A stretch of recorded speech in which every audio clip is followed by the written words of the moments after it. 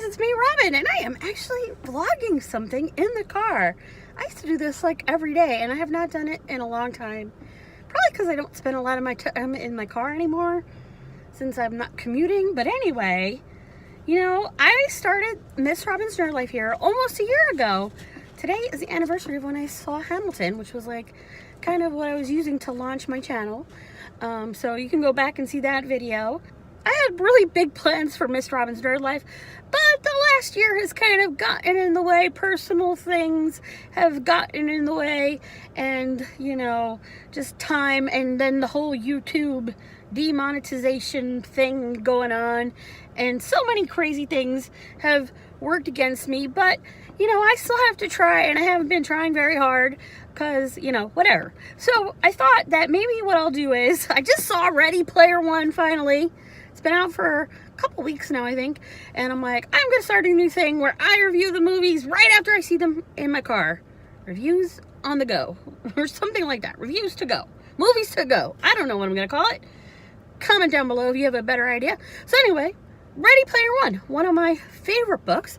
Not because it's like the most awesome work of literature, but it is just a fun read. And actually, it's a fun listen. I've listened to it multiple times, narrated by Will Wheaton, one of my favorites. Great book. Like, it's just such a fun book filled with all these awesome nerdy references to 80s culture especially, which I loved.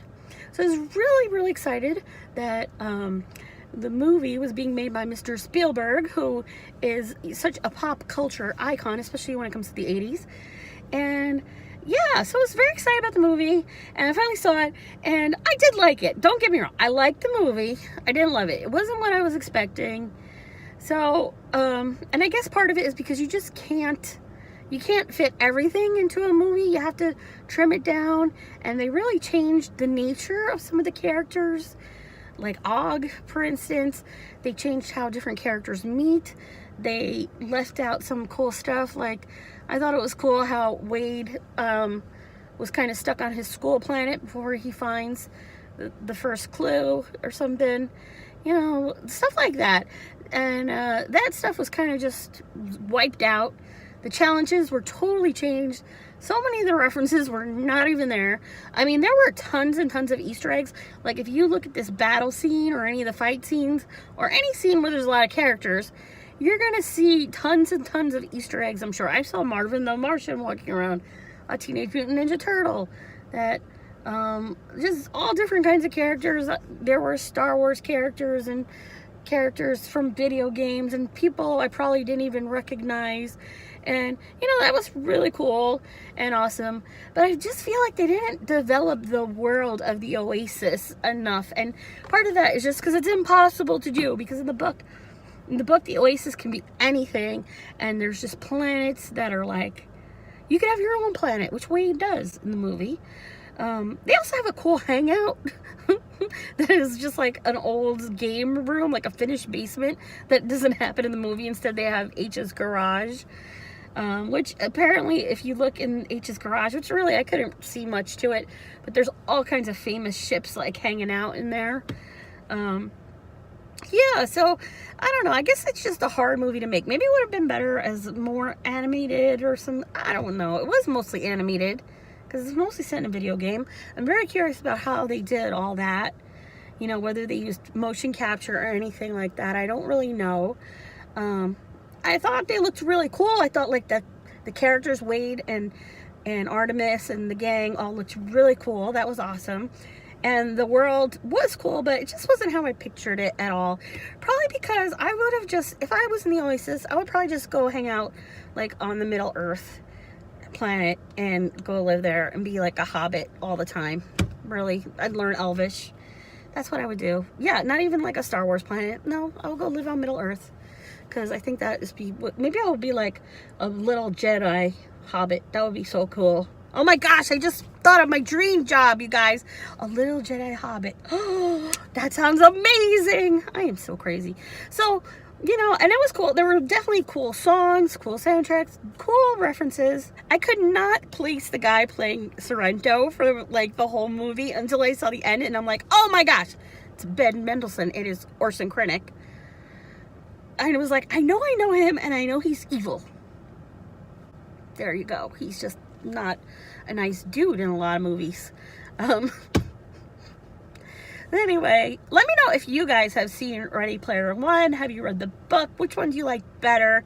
If you could live in the Oasis or hang out in the Oasis, what would you do? What would be the first thing you did, or where would you hang out? So the other weird thing, and I guess because they had to do this because it's a visual, like they have people walking around in the street with their headsets on, and that is not how it works in the books.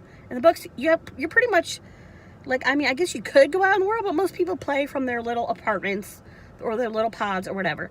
And the other thing I almost didn't like is that in the books, Wade goes into the loyalty center, and he does it on purpose. You know, he does it to get into IOI.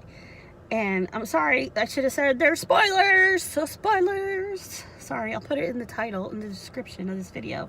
So Wade goes in and does all that stuff, and they made it Artemis, which I didn't like because, like, why does the girl have to be the one getting captured and then having to get rescued? Not cool. And yeah, there were just like lots of cool references that didn't make it into the movie.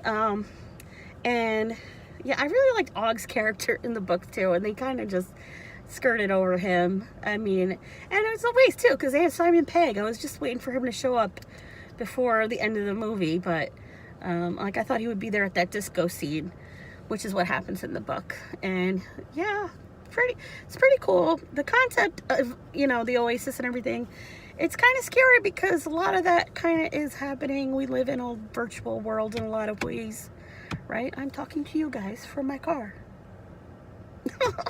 So yeah, let me know what you think. I liked the movie. I probably would have enjoyed it more if I did not know about the world of Ready Player One already. And I'm surprised because Ernest Cline co-wrote the screenplay.